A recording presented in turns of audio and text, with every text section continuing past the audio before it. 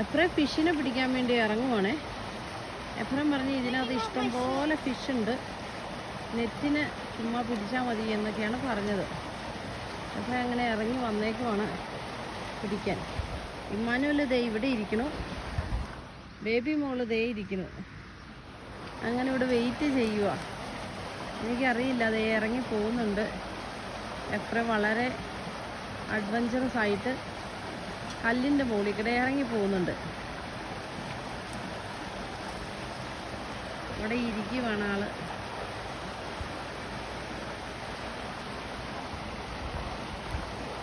പക്ഷെ ഇവിടെ ഇങ്ങനെ ഒത്തിരി കയ്യിൽ